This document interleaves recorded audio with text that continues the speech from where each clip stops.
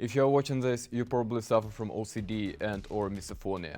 I'm going to provide you with key information you can use to kick your OCDs as if it was a soccer ball, far into the thin air.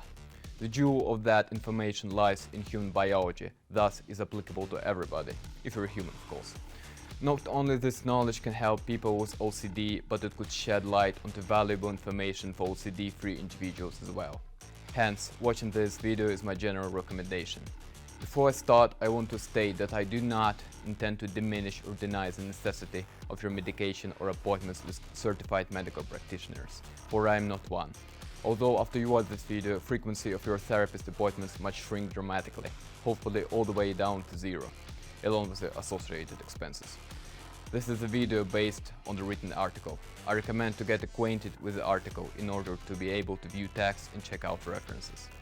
In my article and subsequently this video, I cited and quoted various studies, articles and documents. My goal was not to write a huge essay with unique text, but provide people with scientifically backed up and well-referenced information. Trying to reinvent 1000 wheels would have been utterly absurd. The video follows a specific narrative structure and you can always navigate through the timestamps in video description. All links and necessary information are to be found in the video description.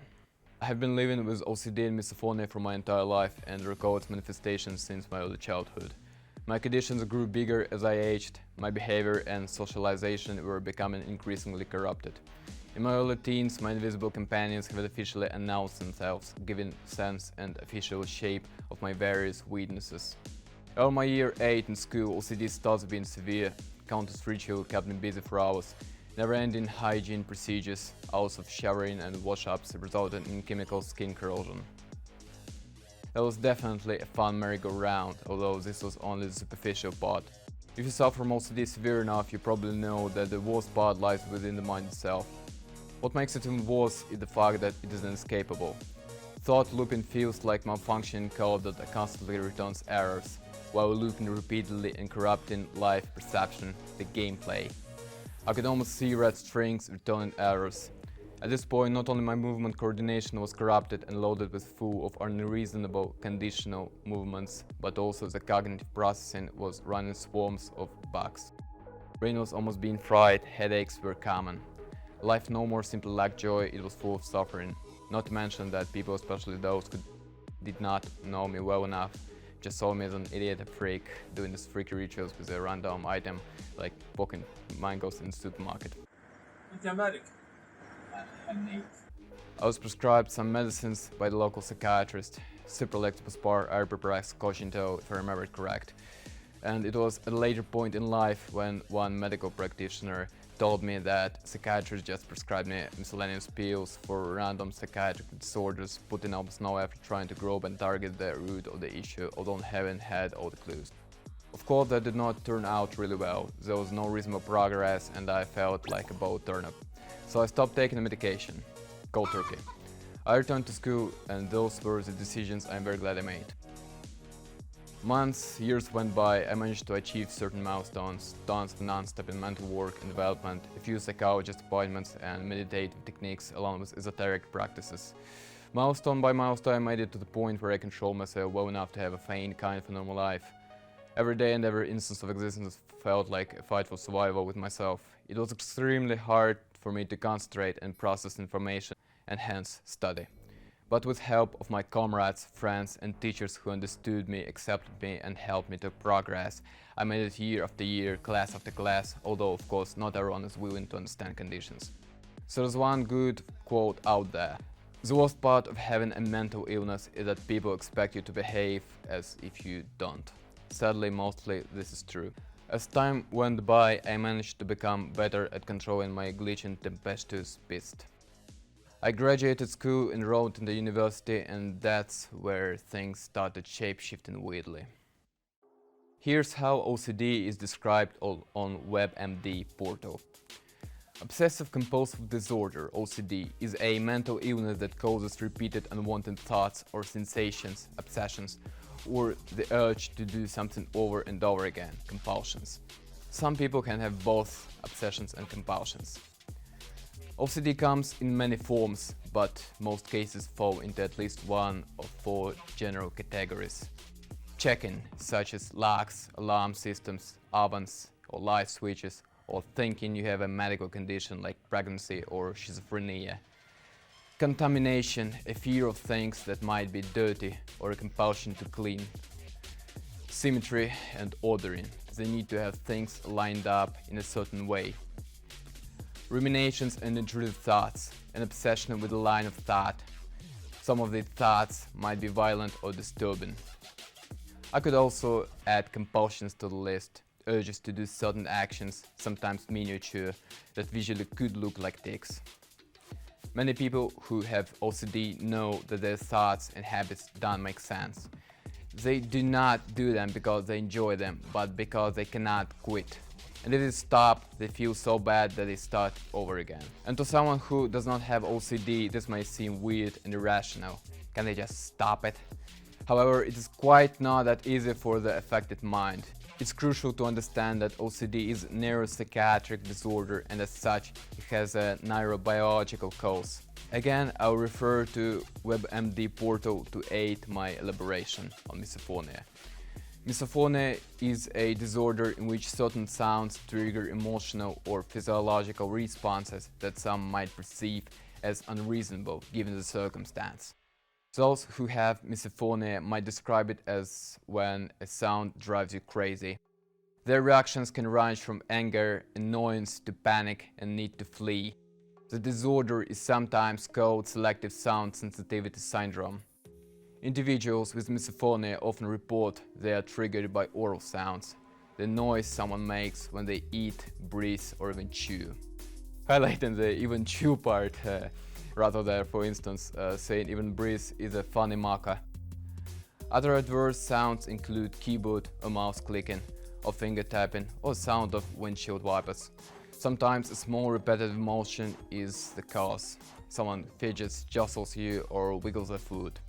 Similarly, people with misophonia also say they often react to the visual stimuli that accompany sounds, and may also respond intensely to repetitive motions. Here I should add that visual stimuli, which are not even related to sound, could trigger visual misophonia as well. Researchers believe that those with misophonia may already have issues with how their brains filter sounds, and that one of the features of misophonic sounds may be their repetitive noise. That repetition then exacerbates the other auditory processing problems. The disorder appears to range from mild to severe. Individuals report a range of psychological and emotional responses with accompanying cognitions. If you have a mild reaction, you might feel anxious, uncomfortable, the urge to flee, disgust. If your response is more severe, the sound in question might cause rage, anger, hatred, panic, fear, emotional distress. The disorder can put a cramp in your social life. Those with the misophonia have been known to develop anticipatory anxiety when going into situations where trigger sounds may be present. You might avoid restaurants or eat separately from your spouse, family, or roommates. Over time, you may also respond to visual triggers too. Seeing something that you know may create the offending sound may elicit a response. Do not confuse misophonia and other conditions. There is a thing called sensory processing disorder, SPD, which can bug a person with symptoms similar to misophonia, even with tactile triggers. However, SPD and misophonia aren't the same. Please refer to the links in the article for detailed elaboration. It was at this point I understood that I have a SPD as well. Then there's hyperacusis, although this is more of an ear issue rather than the brain itself. Hyperacusis is a type of reduced tolerance for sound. People with hyperacusis often find ordinary noises too loud, and loud noises uncomfortable or painful. The most common cause of hyperacusis is damage to the inner ear from aging or exposure to loud noise. Hyperacusis is often associated with tinnitus, buzzing, ringing, or whistling noises in the ears, and distortion of sounds. Usually both ears are affected, though it is possible to have it only on one ear. Other types of reduced tolerance to sound include loudness, recruitment, and phonophobia. Sound sensitivity can be common among individuals with OCD, anxiety disorders, and/or Tourette syndrome. This co-occurrence has led clinicians and researchers to look into whether misophonia is related to these disorders, including potential overlaps in how the brain is affected, i.e. neurobiological overlaps. This suggests possible overlap in neuropathology. While the prevalence of misophonia is unknown, recent studies suggest high rates of SOR among youth with OCD and anxiety. The rate of misophonia among individuals with tinnitus, a condition that causes ringing in the ears, is also elevated. SOR, sensory over-responsivity, responding too much for too long or to stimuli of weak intensity, represents a major disruption in these processes and is exhibited by sensitivity to or avoidance of sensations such as loud or unpredictable noises, visually stimulating environments, or scratchy clothing tags. Officially, there is no cure for OCD and misophonia. However, a few official approaches are usually taken and proven to be effective at sending OCD into remission and/or keeping it at bay. Medicine and cognitive behavioral psychotherapy, CBT for OCD, and various behavioral therapies for misophonia. The most effective treatments for OCD are cognitive behavioral therapy and/or medication. More specifically, the most effective treatments are a type of CBT called exposure and response prevention, ERP, which has the strongest evidence supporting its use in the treatment of OCD, and/or a class of medications called serotonin reuptake inhibitors, or SRIs. Traditional talk therapy or psychotherapy tries to improve a psychological condition by helping the patient gain an insight into their problems. Talk therapy can be a very valuable treatment for some disorders, but it has not been shown to be effective at treating the active symptoms of OCD. While talk therapy may be of benefit at some point in OCD patients' recovery, it is important to try ERP or medication first, as these are the types of treatment that have been shown through extensive research to be the most effective for treating OCD. What happens in CBT with ERP is you learn how to navigate your experience differently, how to confront your fears, and how to choose different behaviors in response to your thoughts, feelings, and sensations that you might instinctively choose. You can find more information on OCD-related CBT or ERP therapies via the links I referenced in the article. That was a brisk overview of OCD and its traditional treatment options. Regarding the nature of the disorders, in short, OCD is currently considered a neuropsychiatric disorder. The cause of OCD is not known, but as is the case with many psychiatric conditions, thought to be multifactorial. Research indicates that OCD is a neurological brain disorder. Misophonia. Unlike OCD, there are no officially used medications to treat misophonia. There is currently no cure or pharmaceutical treatment for misophonia. Some people might be prescribed an antidepressant or anti-anxiety medication to help reduce symptoms or address co-occurring mental health issues. There are also various therapeutic approaches to help manage symptoms. Therapy might focus on helping a person manage fight-flight-freeze response initiated by a trigger, control the anger that arises, and develop positive ways of talking to family, friends, and co-workers about monitoring triggers they are responsible for. A therapist may encourage the person with misophonia to experiment with calming imagery, soothing noises, and meditation, especially when confronted with a triggering sound. In a process called counter-conditioning, the therapist leads a person through a cycle of exposure to triggers and positive reinforcements, eventually diminishing the negative trigger response. And so we're talking about dealing with people and asking them to adjust their behavior. But there are a few problems, a couple of which are: there's only a tiny fraction of people who would actually care to adjust their routine behavior, even in the slightest bit necessary, and even those who will might not take it seriously, and or do so partially, superficially, and or for the brief period of time. Second, you cannot inform every instance of your immediate surroundings about your problem, only the ones in your usual disposition. The issue with certain health conditions is that unaffected individuals, as always, do not care about things that do not burden them personally. Even people who experience and or oppose discrimination and adjusted themselves and are vividly radical about their movement might not care about problems that are not of their own nature. It is me highlighting people's common Pharisaism. If you are not willing to uptake any adaptations into your routine regarding the person you live with, work with, or interact in other ways, then at least have balls to clearly state your intentions instead of giving a void word, a worthless statement. Keep track of your claims. Nowadays, it is trendy and at times obligatory to follow the first world rules. For instance, keeping incredibly loud and often ostentatious borders of acceptance and respect for minorities, such as those with non-traditional sexual orientation, women, feminism, or people with increased skin pigmentation. It is undeniably good to see the world scales more balanced, to have a more equalized community. It is wonderful that people worldwide are starting to accept other people for who they are.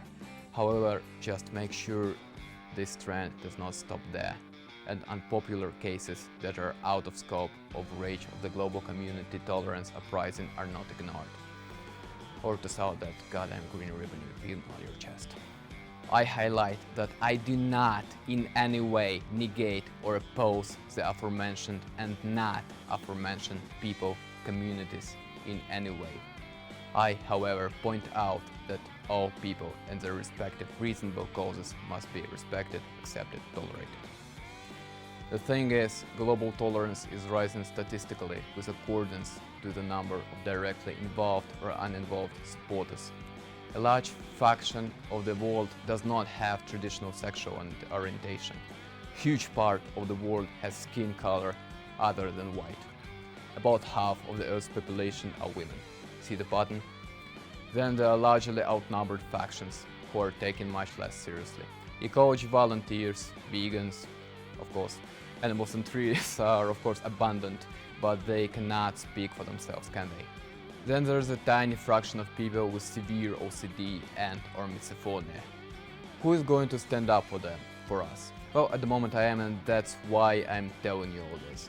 Be cautious about your footprints in this world.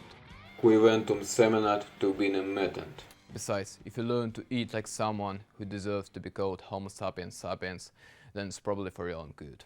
Well, enough of the lyrical digression. Back to misophonia now. Though there are not yet therapeutic approaches specific to misophonia, established modalities such as cognitive behavioral therapy seem to have a positive impact in reducing symptom severity in people with misophonia. Mindfulness-based approaches and treatments for anger management also seem to work for alleviating emotional overwhelm related to misophonia. Researchers theorize that introducing these therapies to adolescents who are exhibiting anger issues may help reduce misophonia severity or a person's likelihood of developing misophonia later in life. Because research on misophonia is lacking and is not yet included in the Diagnostic and Statistical Manual DSM-5, public reaction isn't always accepting of those conditions or those who live with it. But the more people discuss misophonia, the more the field of psychotherapy and individual therapists may acknowledge and respect the process of helping people achieve more peace with the condition and live more fully. Although misophonia is not yet listed in any of the contemporary psychiatric conditions classification systems, research published in 2017 found out that misophonia has a genuine neurological basis. Hence, misophonia is a neurological disorder. Researchers have conducted brain scans of those with the condition and found physical differences as to how their brains are wired. Using 22 participants, the scientists played them a range of different noises while tracking their brains in MRI scanners. The sounds were either neutral, such as rain, unpleasant, like a baby screaming, or the individual's trigger noise, which could be anything ranging from eating crisps to sneezing. What they found was that the region of the brain that links our senses with our emotions was connected differently and often sent into overdrive when those with misophonia hear the trigger sounds. It is this that causes these people to not just feel annoyed by the noises, but to have genuine anger or hatred, feel threatened, panicked or stressed when they hear them. The best way to classify misophonia is a neurophysiological disorder with psychological consequences. Hereby, both OCD and misophonia can be called neuropsychiatric disorders. Of course, it is important to know that neurological disorders do not share equivalent basis as psychiatric disorders do, although psychiatric conditions do have biological causes as well. Remember, mental illnesses are complex. Biology, psychiatry, and psychology intertwine and overlap. Contemporary science still lacks answers to many questions. Mental disorders have to be addressed comprehensively. Refer to the article for relevant references. Before discussing more substantial topics, I'll briefly go over some of alternative OCD relieving supplements that may help you. Again, those are not promotions. No one paid me for presenting and describing those supplements. N-acetylcysteine. N-acetylcysteine is a modified form of the amino acid cysteine. It is also the precursor to glutathione, your body's master antioxidant. More than one study has found that NAC can significantly improve OCD symptoms in more than half of OCD patients. And a systematic review determined that NAC is effective at reducing the severity of OCD symptoms with minimal side effects. 4 clinical trials and 5 case reports series were identified. Study durations were commonly 12 weeks, using from 2,400 to 3,000 mg per day of NAC. Overall, NAC demonstrates activity in reducing the severity of symptoms with a good tolerability profile and minimal adverse side effects. Inositol. 13 patients with obsessive compulsive disorder completed a double-blind controlled crossover study of 18 grams per day of inositol or placebo for 6 weeks each. The subjects had significantly lower scores on the yellow-brown obsessive compulsive scale when taking inositol than when taking placebo. The authors conclude that inositol is effective in depression, panic, and obsessive compulsive disorder, a spectrum of disorders responsive to selective serotonin reuptake inhibitors. Zinc. Researchers have found that patients with OCD tend to have much lower levels of zinc than individuals without OCD. And one study showed that zinc supplementation helped reduce obsessions and compulsions without side effects. Glycine and sarcosine. Glycine is an amino acid commonly found in protein-rich foods such as meat, fish, collagen, and gelatin. Glycine is one of 3 amino acids that your body uses to make glutathione, the master antioxidant in your body. Supplementing with 60 grams of glycine daily has been shown to reduce OCD symptoms. Another option is to take sarcosine. Sarcosine is a natural supplement that inhibits the uptake of glycine. By doing this, it increases the availability of glycine in the brain. Researchers have found that sarcosine can lead to quick, profound, and sustained improvements in OCD symptoms.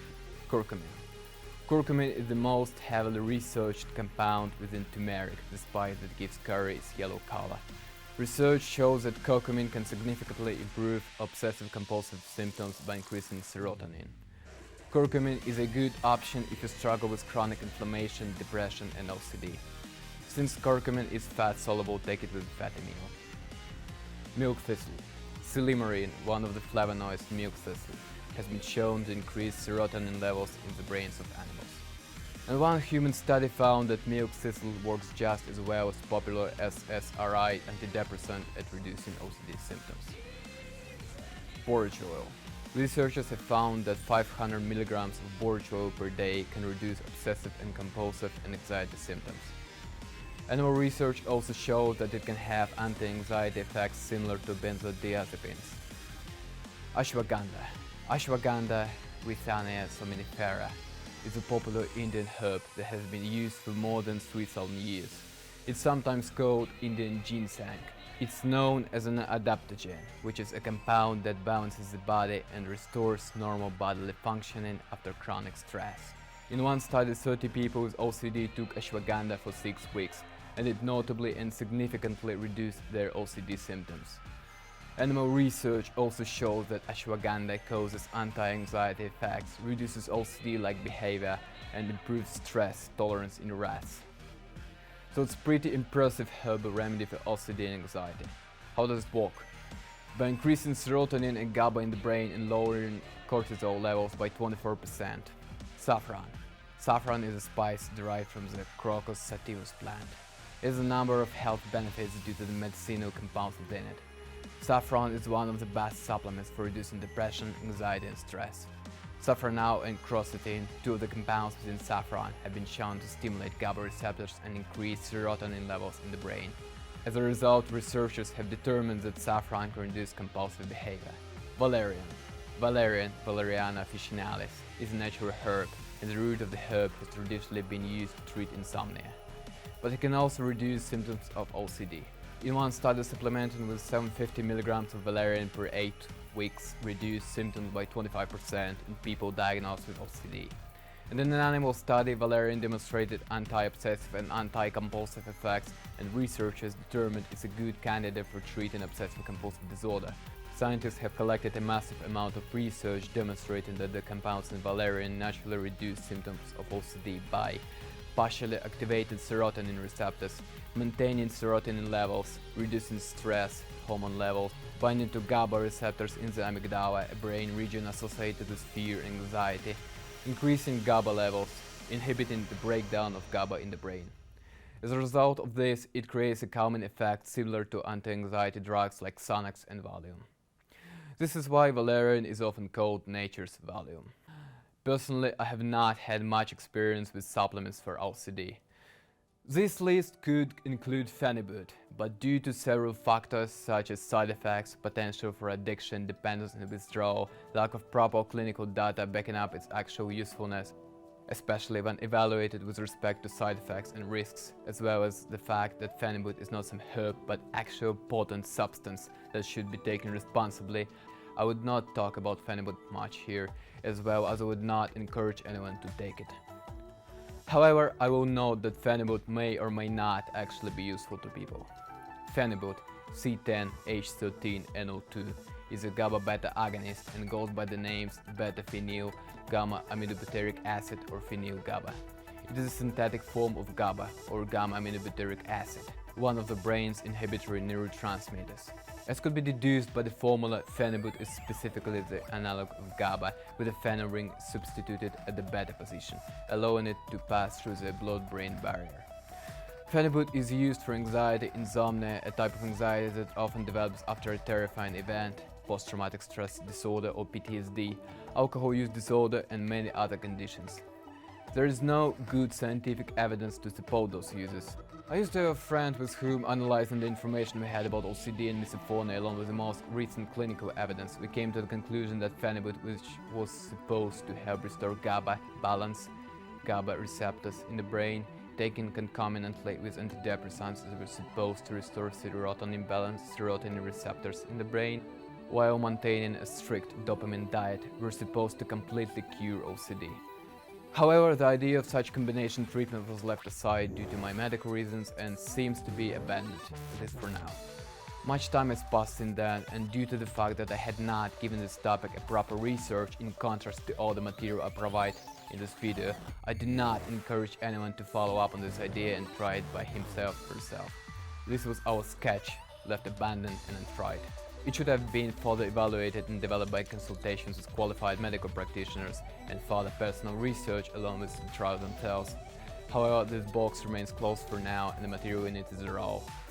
The reason I left this fragment here is because I want to provide any clue I have, and maybe, just maybe, a psychiatrist would collect this little thought fragment and indeed come up with something that would finally help all those suffering from OCD. Again, I do not encourage anyone to try any of the raw sketched plans I mentioned above. I simply could not let myself hold a piece of information that might just be useful cog for relevant research. The sooner people with OCD get help, the better. That being said, I state that I personally do not have any experience with phenibut. If you are interested in potentially using it, then I strongly recommend doing your own research using official, reliable sources. Last warning about phenibut. It has serious, potentially fatal side effects when taken concomitantly with other substances acting on GABA receptors, such as alcohol. The one drug I have a proper experience with is mirtazapine, an atypical antidepressant, centrally active presynaptic alpha antagonist, which increases central noradrenergic and serotonergic neurotransmission. My experience with this drug is perhaps positive, however, I do not encourage anyone to start taking any medicines which were not prescribed by a certified healthcare practitioner. I have just declared my personal medicinal use relevant to the article, thus keeping a clear scientific approach. Meditation is one of the most widely recognized alternative mental practices, which can aid in combat with any mental disorder, fight stress, elevate anxiety, and help to expand cognitive borders and promote mindfulness. Meditation is a vast and diverse topic. Personally, I do recommend meditation, although when it comes to OCD, misophonia, anxiety, and other neuropsychiatric disorders, there's a catch. As previously discussed, neuropsychiatric disorders are problems with the brain wiring itself, and although techniques like meditation, CBT and counseling can aid you, it is futile only to try and fight the problem from soul perspective or psychological techniques. Remember that the problem lies in biology, thus, before all, you have to solve it by means of biology. My personal example. I spent unimaginable amounts of effort trying to calm the blood thing in the mind itself, and while it did help greatly, it did not free my mind. I did not just say all that for a vivid chit-chat with no proofs. And as for the scientific backup of usefulness of meditation against OCD, I am providing you references to relevant studies, which you can find in my article. There's also a bunch of personal stories in the internet, but I'm not going to cite them. I'm referencing studies and not anecdotal reports. In one study, OCD patients received mindfulness training.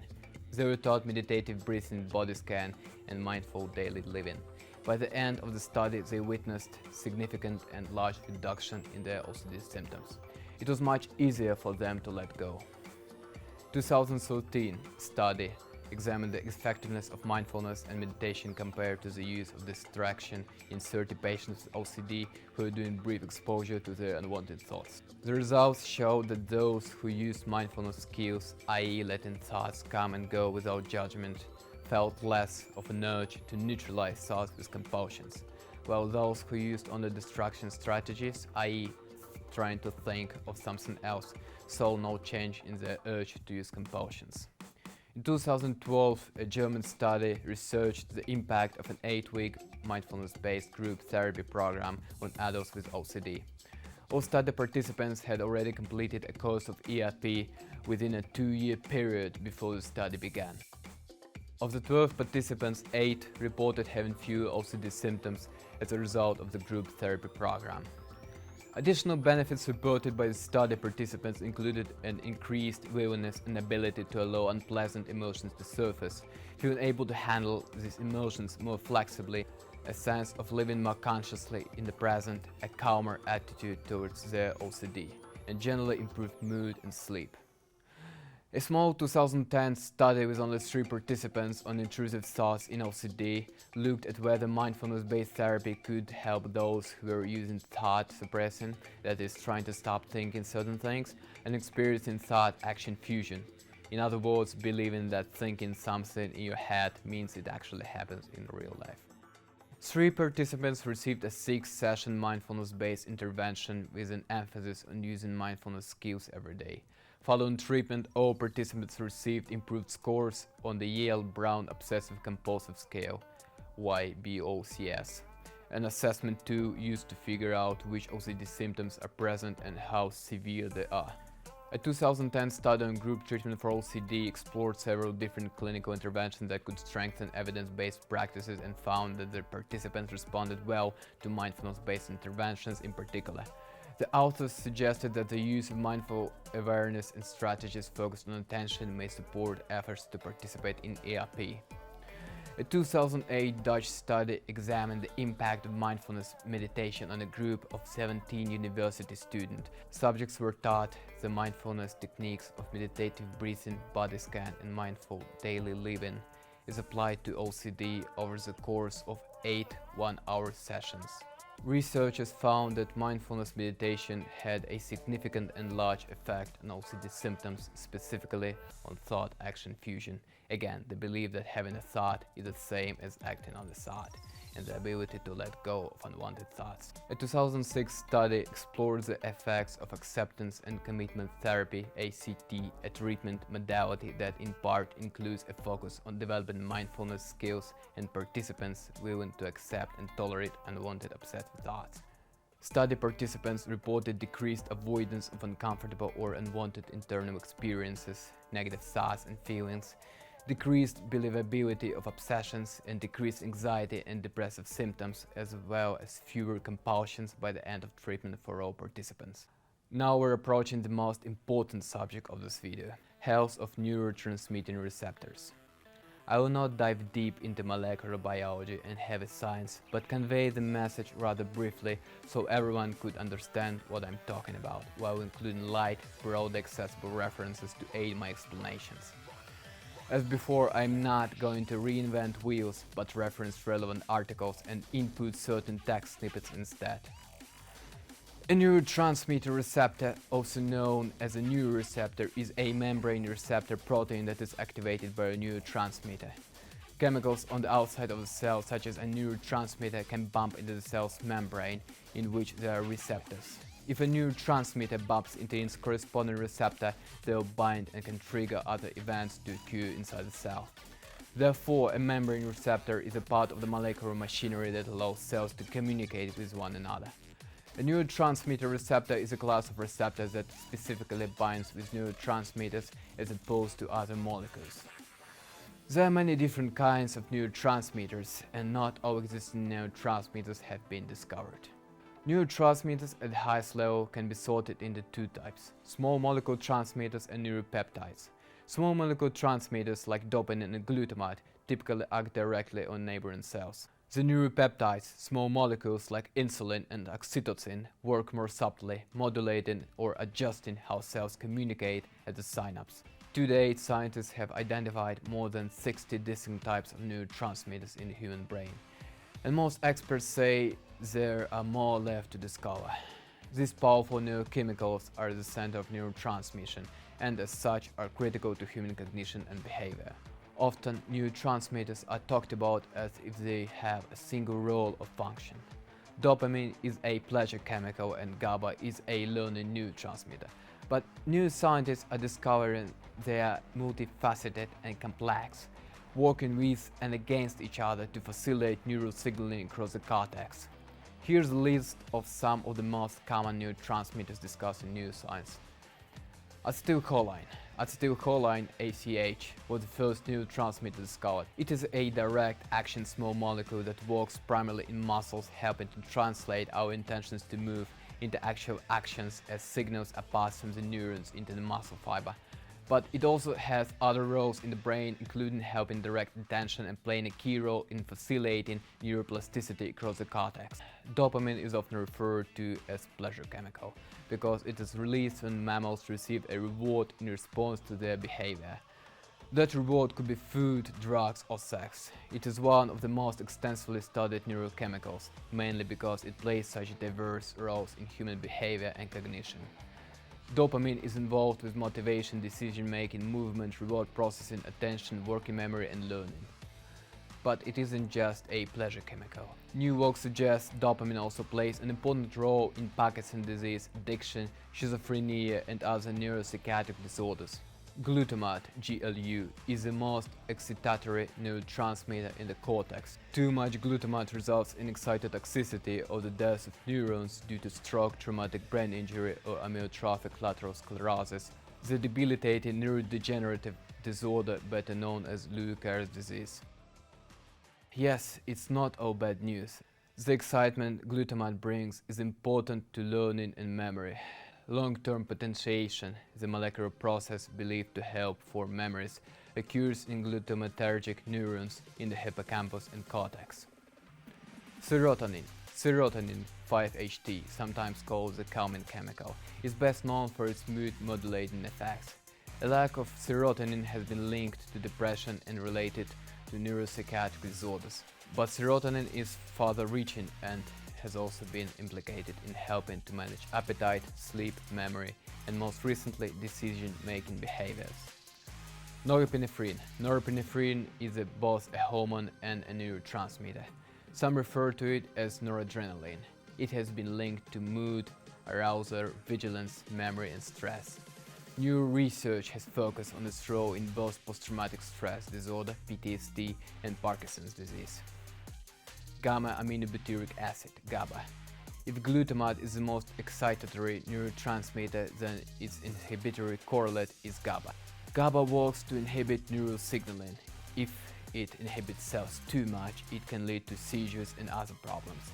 But this neurotransmitter also plays an important role in brain development. New research suggests that GABA helps lay down important brain circuits in early development. Like dopamine, GABA also has a nickname: the learning chemical. studies have found a link between the levels of GABA in the brain and whether or not learning is successful. OCD is a neuropsychiatric disorder, a biological dysfunction in the brain wiring. However, before going with the core subject of this section, I would like to go over the debates about the roles of genetics and epigenetics in OCD. While genetics or epigenetics factors may or may not be detrimental factors regarding OCD, I keep the scientific approach and thus provide you with all the relevant bits of information.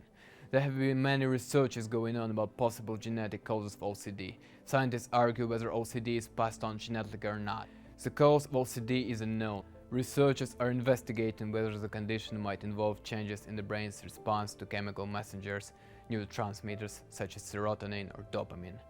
Problems with regulating the activity of and interaction between various parts of the brain are also thought to contribute to the condition. Variations in certain genes that provide instructions for proteins that react or transport serotonin have been associated with an increased risk of OCD.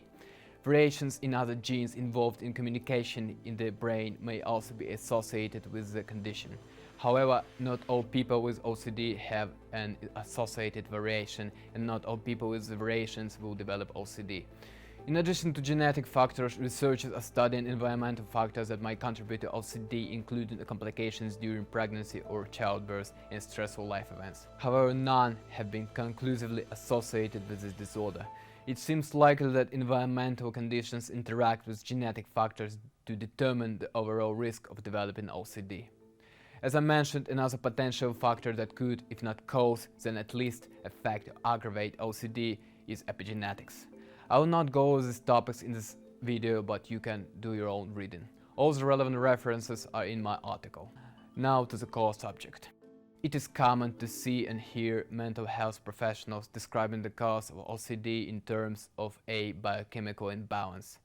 These approaches have focused on one particular neurotransmitter, serotonin. Serotonin is a chemical in the brain that sends messages between brain cells, and it is thought to be involved in regulating everything from anxiety to memory to sleep. Through the accidental discovery in the late 60s of the effectiveness of the serotonin-active tricyclic antidepressant clomipramine, which did not substantially impact on serotonin, led to the serotonin hypothesis. Initially, it was suggested that there was a gross deficit in serotonin. When this was not actually identified, increasingly subtle abnormalities were suggested, with evidence overall remaining implausible at best. In more recent years, some researchers have argued that the most robust evidence for the serotonin hypothesis is the specificity of serotonin reuptake inhibitors, SRIs, and selective serotonin reuptake inhibitors, SSRIs, medication. However, given that this effect was the observation that generated the hypothesis, it cannot reasonably be considered as evidence for it. It is worth noting that relapse is frequently associated with the withdrawal of SSRI medications in OCD, more so than in other conditions, especially where no behavioral therapy is in place, which is yet to be fully understood. This could mean that serotonin is an important neurotransmitter involved in the maintenance of OCD, if not a specific cause. Overall, there is a place for SSRIs in the treatment of OCD, especially where comorbidity is present, provided that medication remains part of informed patient choice and combined with psychological therapy like CBT. Later studies reveal that pathophysiology of OCD is more than just serotonin-related dysfunction. The differential effects of serotonin reuptake inhibitors on obsessive compulsive disorder were sufficient to presume that a serotonin regulatory disorder is the most essential part of the pathophysiology of OCD. In patients with OCD, however, a high dose of serotonin reuptake inhibitor monotherapy may not be sufficient, and approximately half of patients were noted to be treatment resistant. As results from previous studies have shown, there have been positive treatment responses to dopaminergic antagonists. This suggests that other neurotransmitter systems such as dopamine are involved in the pathophysiology of OCD. Preclinical neuroimaging and neurochemical studies have provided evidence demonstrating that the dopaminergic system is involved in inducing or aggravating the symptoms that are indicative of OCD. I collected a cluster of extremely useful studies relevant here, references to which are to be found in my article. Keep in mind that there are plenty of scientific papers linking neurotransmitters functioning in various neuropsychiatric diseases out there. If you want to do some research, the internet is still open for everyone. Referencing them all in this video would be a useless titanic amount of effort. Also note that neurotransmitting system is far from well known, and a lot of important studies that will shed more light on how this works and links with OCD and other mental disorders are yet to come. One article studied the role of multiple neurotransmitters in OCD pathophysiology. While no glutamate modulator can be considered proven as an effective treatment of OCD, promising suggestions of benefit have been reported for memantine and riluzole. The evidence is thinner for N-acetylcysteine, but this agent's low-cost and benign side effects profile make it a reasonable consideration in certain patients. Intriguing research on D-cycloserine and ketamine suggests potential benefit as well. It is notable that these agents all work by different and in some cases opposite mechanisms. This suggests that we have much to learn about the role of glutamate dysregulation in the etiology of OCD and of glutamate modulators in its treatment. Imaging studies have suggested that the brains of people with OCD function with characteristic differences. Genes that affect how the brain responds to the neurotransmitters dopamine and serotonin, for example, may play a role in causing this disorder. Concluding all above, OCD's main cause is most likely dysfunction in neurotransmitting system. But you are here not far just to know the cause of OCD, you are here to find out how to treat it. Well, we're almost there. Let me just introduce you to the realm of pain and pleasure, the world of addictions. And before we move on, I declare that I personally have no experience with drugs. I mean illegal drugs, not proper medicine. One of the worst things you could be doing to your brain is coughing it to an addiction. Some people tend to find legal access routes to buy drugs, ranging from prescription drugs like benzodiazepines to relatively light substances like cannabis to hardcore synthetic drugs. Others would never do such things, but still get their own legal drugs and get addicted. Here's the thing. Many might have unknowingly been kind of junkies in their childhoods. There are drugs out there within everyone's legal reach, like alcohol, or PMO for instance. That's where NoFap comes in. I already released a post on my website on this topic before. I really encourage you to check it out. The link to the post could also be found in my article. This world is overfilled with legal drugs people regularly abuse, and the scariest part is this is considered normal, healthy. Sadly, this is not the only example of just because it's legal, it does not mean it's good and normal. Please note, I am not advocating for dystopian totalitarian regimes and freedom restrictions, and you have probably encountered various alcohol and even sugar consumption warnings. If you haven't, then you might just want to surf the web. It's never too late. But you haven't probably thought the self-pleasure would seriously mess up your brain wiring, have you? Hair balls and blindness don't count. I will illustrate the concept in terms of dopamine. You have already learned or recapped what dopamine molecule is. Our bodies are very complex biological machines engineered over millions of years designed for survival. I think you know the basics, so I'll skip the lecture on evolution and primitive biology. Your brain is programmed to keep homeostasis in neurotransmitter levels. Long story short, when you bombard your brain with large doses of dopamine or other relevant neurotransmitter, the homeostasis is sustained by reducing the overall number of dopamine or other respective neurotransmitter receptors in the brain. Studies have shown that people with low number of dopamine receptors have the following side effects: fatigue, insomnia, low libido, lack of motivation, stress, mood swings, memory loss, social anxiety, sugar cravings, inability to connect with others, inability to focus. As well, it is a proved direct cause of neuropsychiatric disorders. As for the comparative quantitative dopamine increased, the graph above shows the comparison of increased dopamine levels induced by three active substances: sex, PMO, morphine, cocaine. While cocaine is hard and expensive to obtain, dangerous in use, overdose borders, and peaks dopamine for a couple of minutes, the process of PMO could be relatively infinite. You're probably wondering how come we can have healthy sexual relationships if sex has such devastating effects on our health. Well, healthy relationships and sex are not equivalent to PMO. For starters, there's the thing called the Coolidge effect. The Coolidge effect is a biological phenomenon seen in animals whereby males exhibit renewed sexual interest whenever a new female is introduced to have sex with, even after cessation of sex with prior but still available sexual partners. To a lesser extent, the effect is also seen among females with regard to their mates. The Coolidge effect can be attributed to an increase in sexual responsiveness and shortening of the sexual refractory period. The evolutionary benefit to this phenomenon is that a male can fertilize multiple females. The male may be reinvigorated repeatedly through successful insemination of multiple females. Yes, coolidge effect is also a thing in humans. I reference this beautiful quote from the Reward Foundation. It is this flaw in our biology, the coolidge effect, that has allowed the internet pornography industry to mushroom into a multi-billion-dollar business. As soon as a person has fertilized the satiety and apparently willing sexual partner, they'll stop. This happens even if it's just immature for one. Then the brain produces less go after dopamine and hunts around for new fertilization opportunities. With around 10 million porn videos consumed in UK alone every day, there is no shortage of apparently willing mates. All this goes on at an unconscious level but affects everyday behavior nonetheless. The good news is that we don't have to be trapped by the coolidge effect.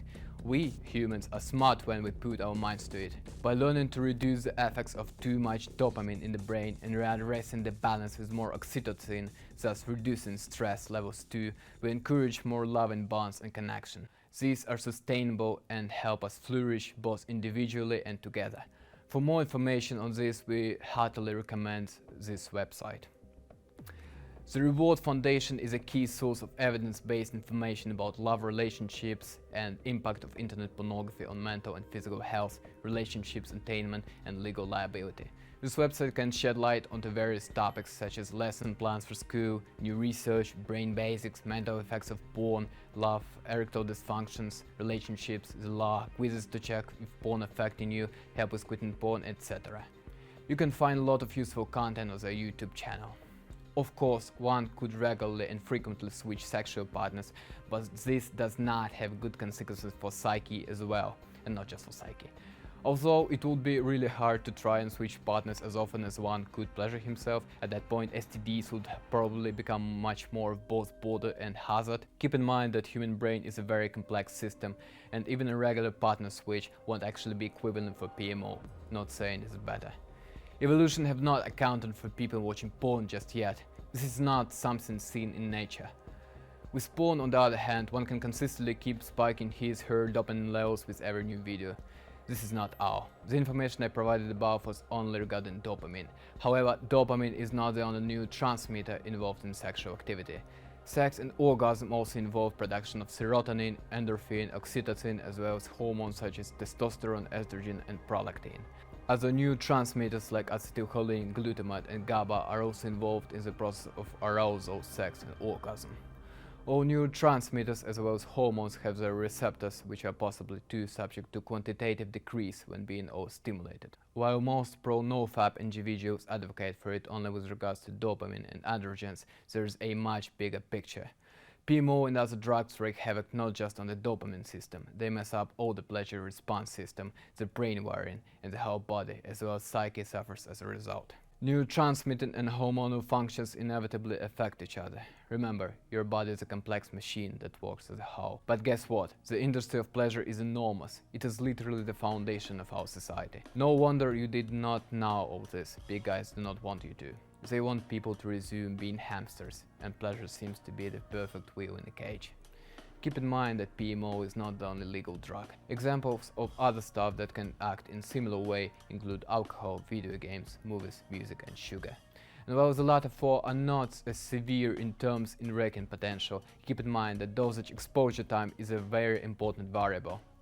If one understands how those things work, he could understand, recognize, and manage his activities reasonably.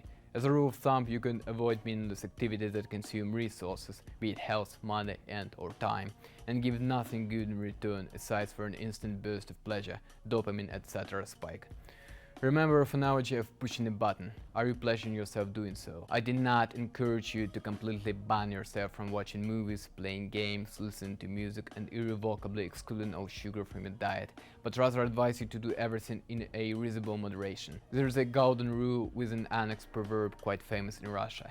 Good things come in small packages. So how long does it take to restore dopamine receptors' health? It depends on various variables such as the method, tool of abuse, duration, severity, etc. If we're talking light PMO addiction, recovery could take from 90 to 120 days. Full restoration from heavy-duty PMO addiction could take up to a year or more. The estimate is roughly the same for drug abuse such as methamphetamine. On average, brain could fully recover in about 12 to 14 months. Or in more severe cases, it might not fully recover at all. Note, however, that those periods are approximate. It's not like brain has an embedded timer. Empirical milestones of reported PMO reboot: 3 to 4 months, first milestone drastic difference; 6 months, even more substantial change; 12 months, a whole different person; 14 to 18 months, even better. OCD is diminished to almost negligible, a world is much brighter and warmer place, life is much more colorful and meaningful, loss of motivation and energy. That's how you should feel after you reboot. Additional reading references are to be found in the article. Not to mention all other devastating effects drugs can have on your body, brain. Have your own research, as there are various hazards and tons of information and studies behind each drug. Drugs can wreak havoc from the perspective of epigenetics as well. Now, as I was saying, drugs are bad. You shouldn't do drugs. If you do them, you're bad. Because drugs are bad, okay? It's a bad thing to do drugs, so don't be bad by doing drugs, okay? That'd be bad. Drugs are bad, okay? And yes, it correlates with neuropsychiatric disorders too, including OCD. Again, all the additional reading references are to be found in the article. That's how you start becoming an aware person.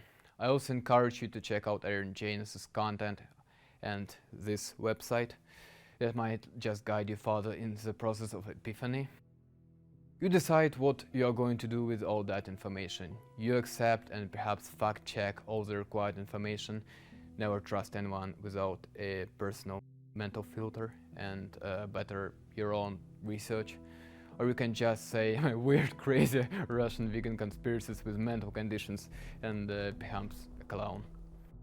Then you can just get back to your life as before, building a thick wall of denial. And of course, all this might be inapplicable in case you already know all that information. If you choose to embrace the truth, maybe you're better off with a lot and sufficient time resources for your personal research.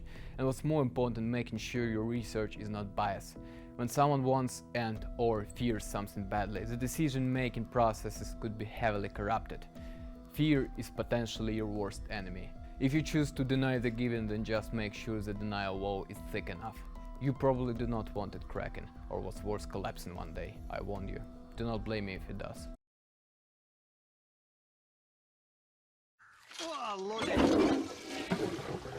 I've already said everything you need to make up your mind in this video, and although I can add that living clean is definitely worth it. Now, I cannot imagine how dumb would it be for an individual to self-handedly ruin himself, rendering his life joyless and existence blurred. As I may have mentioned already, and will mention later in this article, I'm still dealing with my weird health issues and hence sometimes use distractions such as movies or video games to make my life easier, just as one would take painkillers for pain, and you probably know that those cause addiction pretty fast. For instance, video games. They help to pass time and be distracted from suffering, but I cannot imagine willingly sacrificing my precious quality time to something void and, for instance, even seemingly innocent like playing video games. Watching other people root in front of their laptops for hours and days in their spare time triggers sad emotions. Then again, it is one thing to spend more jolly time as an occasion and other to live and work only to get home and get another dose of artificial happiness. You could often hear from people nowadays that they feel empty or are dead inside or something similar. If we assume that it is not psychiatric conditions influence but a healthy individual, then there's a reasonable question. Filling yourself with void and illusions, what do you expect? And when it comes to PMO, again, this is some really nasty heavy-duty stuff that nukes dopamine receptors' health. Living in the mode of addictions and dopamine slavery is comparable to being a zombie, and actually is a huge part of modern people zombifying system, in my opinion. Another sign that one is being zombified to watch out for is if a person tends to cling and loop to some idea, thoughts, experience, memories, something negative, and keeps chewing it like a gum over and over again. Of course, this is only loosely related to OCD, but it is a symptom of a brain that cannot or does not want to change subjects, preferring to be stuck in its mental swamp. Something like an old grudge, guilt, fear, etc. I repeat, this thing does not necessarily indicate that the person has OCD and vice versa, although it does correlate. I'll probably discuss those phenomena in future articles, videos more related to self-awareness. This thing can know that one cannot let go of something, and it can interact and intertwine with OCD in nasty ways. It is always good to remind yourself that, again, those are just illusions. Negative, draining illusions. People are being zombified into various factions ubiquitously, tracked into hatred, fear and narrow-mindedness. Just take some time to think if you have such chronic painful whirlpools you do not manage to swim out of, because those are huge cogs of impaired mental processing that might just correlate or interact with your OCD. Then again, this does not always have to be negative. It all takes some analysis to detect and courage to admit if you constantly give off your energy, time and effort to something void and useless, be it chronic addictions, chronic grudges, political-driven hatred or other worthless things you might want to avoid in order to clear your mind. Remember that all the brain junk is intertwined. The less you get bogged down with unhealthy lifestyle and habits, negative emotions and attitudes, the more stable, calm and frictionless your gears will run. With all that said, in my experience now, trying to consciously dive into the old marshes even a little, over science sake of course, feels terrible. Then I get a glimpse of the old memories of how dark and painful it was. With my new chronic health issues, sometimes I think that it used to be better before, when I hadn't had nausea for instance, but no. Having a little sip of the old me condition has a very bitter, lingering taste. Poison to the brain. Feels like zombification. Gut is microbiome and mental health connection. Second brain. How could a behavioral medicine specialist help me with my gastrointestinal problem? The conditions of anxiety and stress provide a simple example. Anxiety and stress are psychological concerns. We know that gastrointestinal problems can create anxiety and stress. We also know that anxiety and stress can make GI problems worse. It's been shown that psychological treatment techniques can help ease GI distress or at least help a person cope with their GI symptoms. Researchers are learning more and more about the connection between different parts of our body's nervous system. People are most familiar with the body central nervous system, which is made up of the brain and spinal cord. This network of nerves, neurons and neurotransmitters, chemicals that help pass along nerve cell signals, extends from the brain to all the major organs of the body. There is also a lesser known part of our body's nervous system located in the gut. It's called the enteric nervous system. The enteric nervous system is a network of nerves, neurons and neurotransmitter extends along the entire digestive tract from the esophagus to the stomach and intestines down to the anus. Because the enteric nervous system relies on the same type of neurons and neurotransmitters that are found in the central nervous system, some medical experts call it our second brain. The second brain in our gut, in communication with the brain in our head, plays a key role in certain diseases in our bodies and in our overall mental health. This crosstalk in communication between the brain and digestive system is opening new ways to think about diseases. Not only do the gut and the brain communicate through the nervous system, but also through hormones and the immune system. Microorganisms in the gut help regulate the body's immune response. Medical researchers who are studying depressive symptoms, Parkinson's and Alzheimer's disease, autism, amyotrophic lateral sclerosis, multiple sclerosis, pain, anxiety and other neurological conditions are beginning to look at what is going on in person's guts. Researchers who are investigating ulcers, constipation and other GI conditions also now have a reason to focus on aspects of brain functioning. What are some examples of how the network of neurons in our gut and brain communicate with each other? There are several familiar examples. When a person feels danger, the flight or fight response of the central nervous system is triggered. At the same time, the enteric nervous system response is to slow down or stop digestion. This is done so that more of the body's energy can be diverted to the situation caused in the threat. The fear of public speaking also causes the digestive system to either slow down or speed up depending on the GI disorder and can cause abdominal pain, diarrhea and other symptoms. Emotions, feelings of excitement or nervousness can cause a familiar churning in the stomach. The so-called butterflies in your stomach feeling, the gut-brain connection works in both directions too. For example, GI problems can create anxiety and stress. I am personally familiar with both GI and neurophysiological distress. It so happens that I myself suffer from constant chronic nausea that practically never disappears. It is there sitting quietly with its relatively mild levels in the background of my everyday routine while medicine to increase dramatically should I break my personal mental GI code I have established. I also tend to have frequent jerk-related coughs that sometimes go in very tight pockets, disallowing me to think, do any work properly, and again pretty much triggering an increase in nausea. As a bonus, those two things get along with OCD very well and synchronize into one big continuous nightmare. That being said, we will make a different article and video covering some important topics of GI issues, specifically stomach, duodenum and esophagus, conditions such as gastritis, duodenitis, esophagitis, GERD, what to expect from different treatments and medicines, and what not to use. And also we'll take up the topic of dietology and debunk some pretty harmful and absurd myths and bad science, such as those behind the Ayurveda. It will probably come in both English and Russian languages, although I would probably wait until my personal nose-eating story would come either to an end or a dead-end conclusion. Gut microbiome and mental health. Depending on the site of residence, local microbiomes can have additional functions. Most importantly and best characterized is the gut microbiome and its support in food digestion. This local microbiome community metabolizes otherwise unbreakable substrates and produces molecules that are important for our metabolism. Now research shows how the gut microbiome and its products also affect our mental health. As such, dysbiosis of the gut microbiome can even result in psychological disorders like anxiety or depression.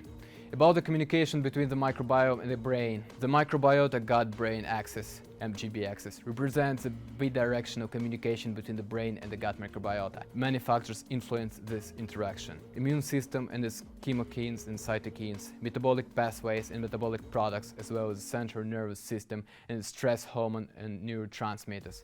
Different bacterial species can metabolize these hormones, metabolites and neurotransmitters in the gut. Additionally, stress and emotions affect the secretion of gastric acid, bile and mucus. Together, these factors alter the environment of microbes and thus the composition of the gut microbiome. The gut microbiome plays a fundamental role in influencing mental health through its effects on immune activation and neuroendocrine responses. The gut microbiome is thought to affect symptoms of OCD in a similar manner. It has been suggested that inflammation can be a contributing factor in the development of OCD symptoms. Raised pro-inflammatory cytokines, chemical messengers, have been detected in some individuals with OCD when compared with healthy controls. Dysbiosis and imbalance in the gut composition of the gut microbiota has also been associated with inflammation in OCD. Reduced diversity in the composition of the gut microbiome was found in individuals with OCD along with raised CRP levels, a marker of inflammation. The gut could be potentially a source of this inflammation, as in leaky gut. Dysbiosis can lead to increased intestinal permeability or leaky gut, allowing the translocation of bacterial components and other substances through the lining of the gut, which can subsequently stimulate systemic inflammation. A healthy gut microbiome plays a fundamental role in maintaining intestinal epithelial integrity. HPA axis activation, the body's neuroendocrine system, which responds to stress, can also lead to dysbiosis, which in turn can lead to inflammation, as previously outlined. Finally, I'll add something from my personal experience again. While walking this article, I started having issues with my gut. Long story short, acute lining inflammation sparked a really nasty mental condition. Anxiety was aggravated drastically. I acquired depression-like mental state. When severe inflammation flare-up calmed down to a milder state, my psyche was also relieved, at least partially. I'm still dealing with my gut inflammation. My mental state, along with general well-being, is still compromised. By the time the article was about to be completed, my old and new health just managed to synergize, running constant or almost constant nausea that I apparently cannot control ease anymore. My health conditions render me really sensitive to things most people are not, even more so with their synergy of comorbidity. The positive side of this is that I can note things that are not apparent to people in common. Therefore, I can anecdotally reflect that the connection between gut and brain is perhaps hugely underestimated. OCD strategy self-development. My approaches and strategies. In general, there are two main kinds of approaches I take. First is to disarm OCD, render its urges useless, break the logic that keeps operators looping in void tasks and sequences. Second is to switch to other processes, thus narrowing the amount of CPU that OCD uses. Regarding the first type of approaches, I mainly utilize meditation-like time with myself, where my subpersonalities and sub-entities can meet and discuss the trigger topic to the extent of huge inner conferences. Of course, it took me a long time to shape its procedure into its present form, but the idea is broad, versatile, and can be achieved by anyone. Find a physical location and time where and when you will not be disturbed. Relax, sit in a comfortable position and take your time to speak to yourself. Describing and teaching meditative processes and techniques is beyond the scope of this article, so I'll skip those technical parts. You can adjust the extent of actual meditativeness versus inner dialogue to fit your mod. There are various ways you can now attempt to get rid of the virus scripts, obsessive ideas, thoughts causing compulsions, trigger topics, as well as OCD governing mindset. Some of which include logic. You can negate the logic behind your obsessions and the rules that OCD is feeding you. Prove the absurdity and irrationality of it. Mock it to the point of your absolute inner agreement that the following those rules is highly irrational, absurd, and ridiculous. Motivate yourself to become a bigger entity and get a grip on your life. Then get a life that you've always wanted. Be a healthy and happy person. Look at yourself in the future. Do future you follow some absurd self-mind gaming rules and loops, silly rituals, or do you have control of what is going on in your life and mind? Motivate yourself to become the person you want in contrast to the character you end up being if you resume this nonsense. If you get angry, that's good. Use it to light up flames of your inner revolution. A couple of the most substantial things to acknowledge and control when dealing with OCD are attention and importance. The mental loops are authorized to run because they are granted a certain degree of attention and importance, something that OCD-free individuals would probably never do. You probably are not going to run 3 circles around the stadium if you've seen a squirrel, unless you've been surgically implanted with a dog's pituitary gland and or actually messed with squirrels. Now imagine your mischievous OCD orders you to run around the stadium 3 times each time you see a squirrel. Ignoring the obvious conclusion that you are a new test subject of the secret squirrel society, let's just pretend it's your OCD and there's no. If your OCD urge is stronger than your natural instinct of laziness, you actually rush to the stadium because it is a valid rule that OCD made up. This rule is given enough gravity to actually make you abide it, and enough attention to make sure you follow the protocol. It may seem obvious, but it is actually useful to keep the idea of manually decreasing the importance and attention of your OCD triggers. Of course, the squirrel example is silly and ridiculous because it's a complex ritual involving a lot of effort for a trigger that hardly can anyone obtain. For your own sake and for mine, let's pretend there is no highly developed secret society of squirrels out there, okay? But the point here should be clear. One of the ways you could take, or say, one of the topics you could bring up within your inner debates is the importance of the action. Why do this silly action? What do you get by following the rule? What do you risk by not following it? And what are the adequate chances of that? Are your concerns proven by science?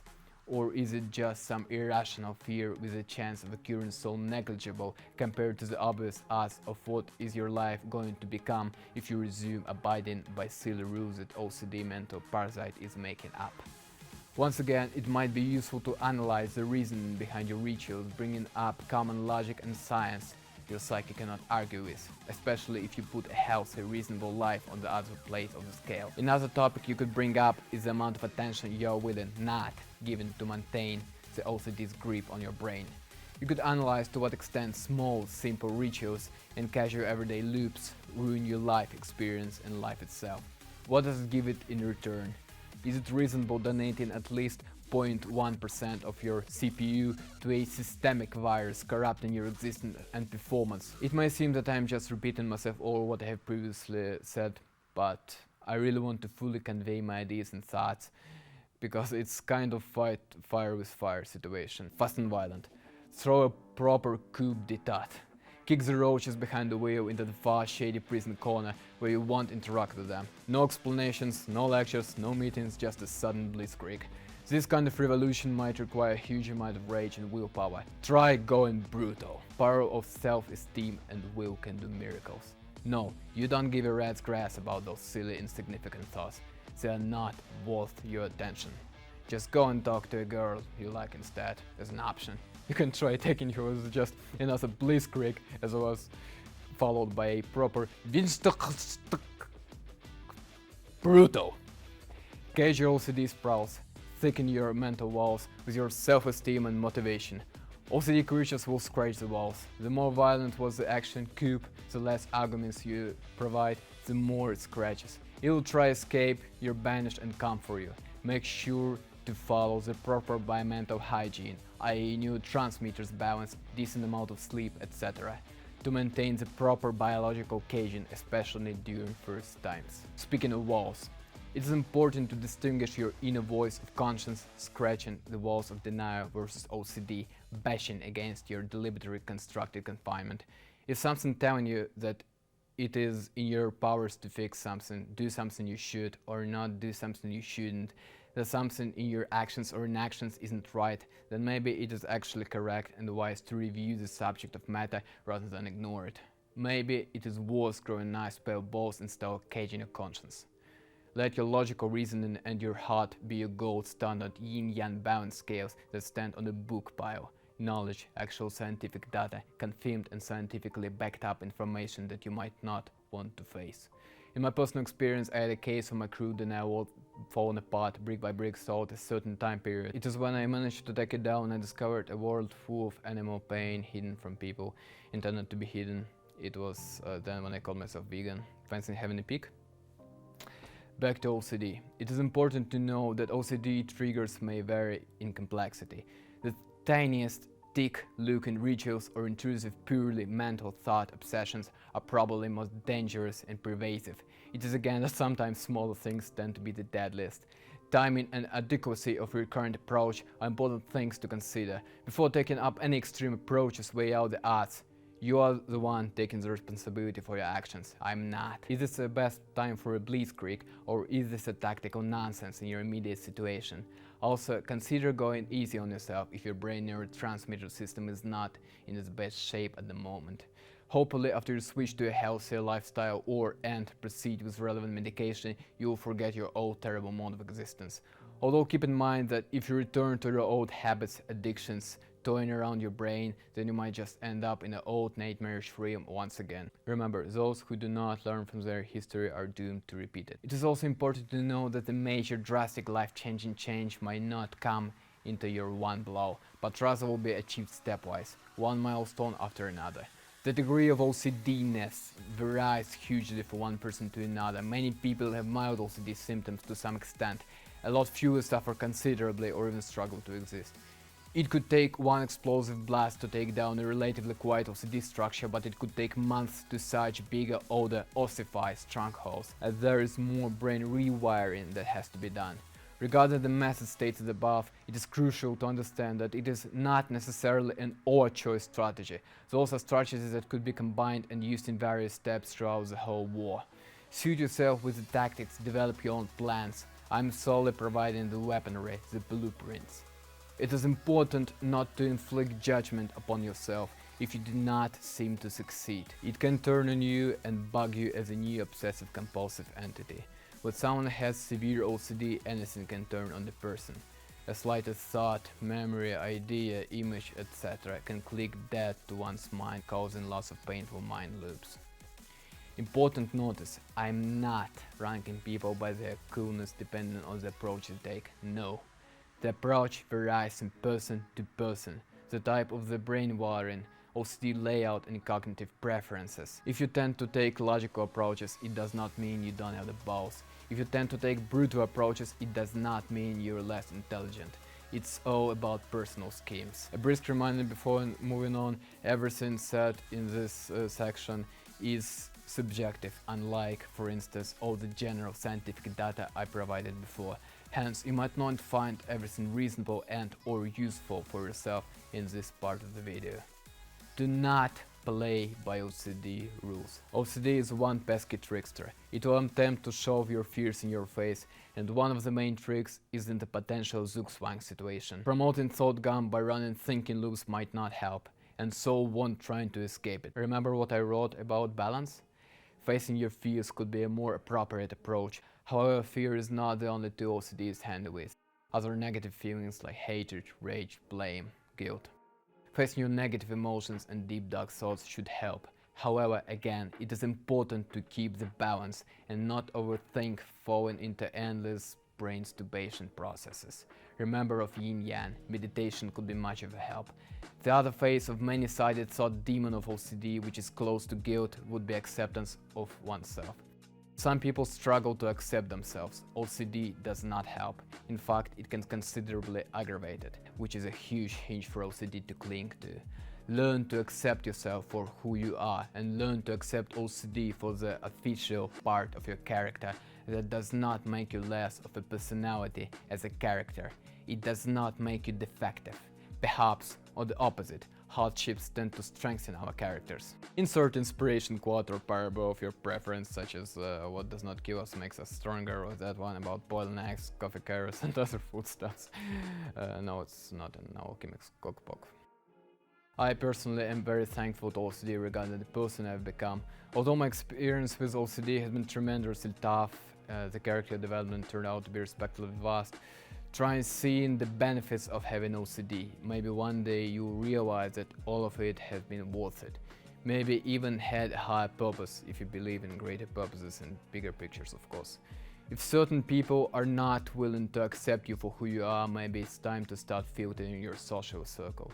It took me a long time to accept my OCD as a part of myself. Until that point, I regarded it as something in nature rendering myself defective. Moreover, I had a lot of devastating loops of analyzing, processing, and subsequently categorizing events happening in my life. I stigmatized the events that happened due to my OCD, in other words, the offset of which was triggered by the influence of OCD, as wrong, being uncanonical to my life and story, like Nexus events to make an analogy. I tried to aggressively erase all those events and all their consequences from my life and this world. That's right, I used to be correct in my timeline long before it was the mainstream.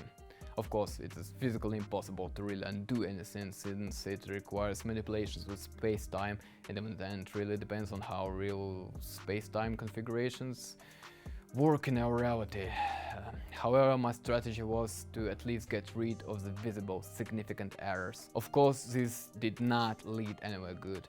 One tiny Nexus event was a butterfly flap that launched an uncontrollable chaos of consequential events attempting to track, which put an enormous load of my CPU. Apart from an ability to accept the events occurring due to OCD, I had also had OCD issues accepting events that happened because of bad and or storyline insignificant and or malicious people. There are a lot of professional and or empiric guidelines, strategies and information on how to deal with OCD, live with OCD and or overcome OCD. Stories of people who beat it or managed to live with it. If you would like to get acquainted with other people's strategies and or stories, you can find all the links for additional reading in my article. These are third-party articles I deemed reasonable to include as additional information sources in case you need them. I have briefly scrolled through them myself and have not read them, hence I do not comment. In addition, you can always look for other articles in the global web, there are plenty. It is important to balance yourself. Let the psychological strategies and biological approaches be your yin and yang, your dual mental management. I have a vast experience in OCD with these yin and yang separately and together, as well as them both at their minimum. I want to highlight that biological part of this multi-approach is crucial. You might work your brain out developing strategies and achieving certain results, but it is impossible to keep the brain at healthy rest if this neurotransmitting system is impaired. A posteriori, I discovered that even if there are no active official triggers, loops that impede and burden the mind, if OCD-prone brain's neurotransmitting wiring is in lamentable condition, then mind will be running ghost loops anyway, trying to cling on everything it perceives, either via imaginary escapism or simply unreasonable background anxiety, restlessness. As if it was picking a fight either directly with you or inciting you into a conflict with some person or idea. Within and beyond the scope of OCD-prone brains, neurotransmitting malfunction in the central processor results in pathetic, depleted, emasculated and unleavened life experience. Poor neurotransmitter wiring foredooms a person for a grey life and lack of spark in eyes. The life that has all the colors sucked out of it, or at least dampened, even if we're talking about a mentally healthy individual. The longer the brain functions under such circumstances, the messier becomes the wiring and the more will take to fix it afterwards. Reconsider your lifestyle if you need to. I'm not exactly into conspiracies, but like it or not, medicine, pharma and pleasure businesses are huge, if not largest. I can certainly say that it is much better to prevent corruption of your mechanisms rather than to be fixing it afterwards. And it will save you a fortune as well. I've given you a comprehensive guide to combat OCD, and it is up to you of how you are going to use it. My personal experience is of course anecdotal, and I'm not a psychiatrist. I'm not even a medical doctor. Not all the sources that I've provided could be considered scientifically legitimate, and there are quite a few unreferenced claims, and I know that. You will not surprise me by pointing it out. Just to be clear, my article and my video, it is not a scientific paper, not a scientific study. Although it is dumb to neglect experience, as empirical evidence is what makes science work, even if it's anecdotal for now. It is important to acknowledge that science is still in its grip, especially that of the brain. I recommend utilizing every good bit of knowledge you can obtain, and for you desperate folks out there, this could just be the life buoy. Even if it does not look as what you might have expected. One might call me a buffoon, although if it's him laughing while resuming his cycling down his highway of mental miseries, and the joke's on him. As some people know, and as I have mentioned in this video, I'm still dealing with a combination of weird health issues that might have to some extent impacted the article and subsequently the video, be it amount of references and diagrams, details, or overall quality. Trying to concentrate and work steadily is problematic at this point, and I published this article and the video at this instance for reasons. I initially planned to make a Russian version of both this article and video shortly after releasing the original English version, but revising the idea now, I seriously doubt I will. If someone's eager to process and approve translation to any language, contact me. At FunPsyClub you can expect further major articles accompanied by videos on various health subjects, as well as debunking pseudoscience, bad science, and just pure nonsense people tend to believe in, which also tends to cost them a fortune. You can already find various hot scientific articles on the website, which usually come in both English and Russian. FunPsyClub is a source of reliable science, the information that was fact-checked and well-referenced.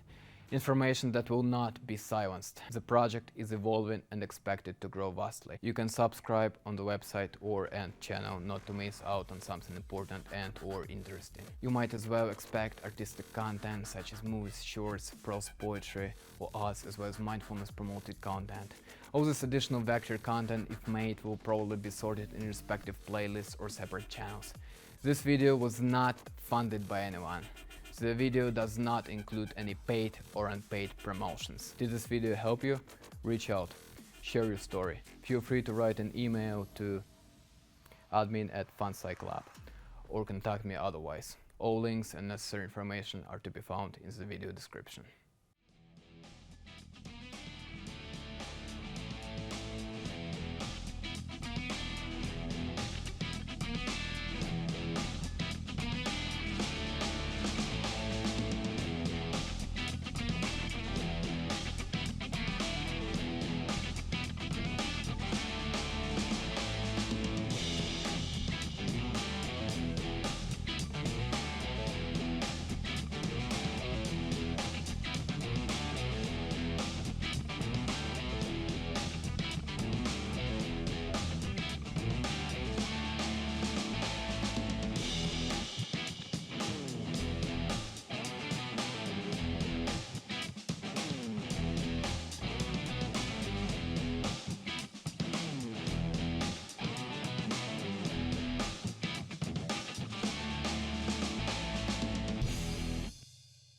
All links and necessary information are to be found in the video description.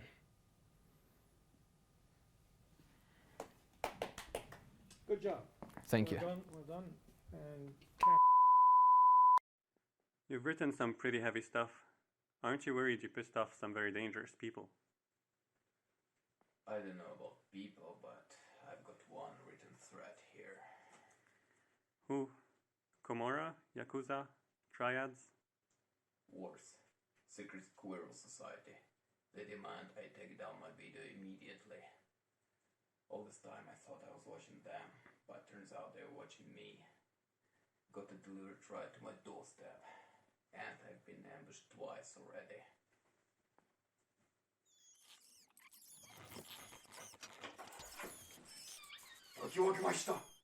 Traumatic brain injury or amyotrophic lateral sclerosis, the debilitating neurodegenerative disorder better known as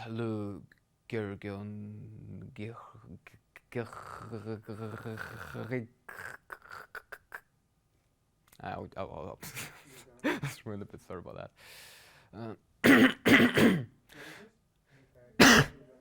Lou Gehrig's disease? Okay. Oh, Lou Gehrig's disease. Yes? Like blue carrots, but okay, thanks. You've written some pretty heavy stuff. Aren't you worried you pissed off some really dangerous people? I don't know about people, but one written thread. Who? Yakuza? Your mom? So you only spinning stuff, eh? Satisfied?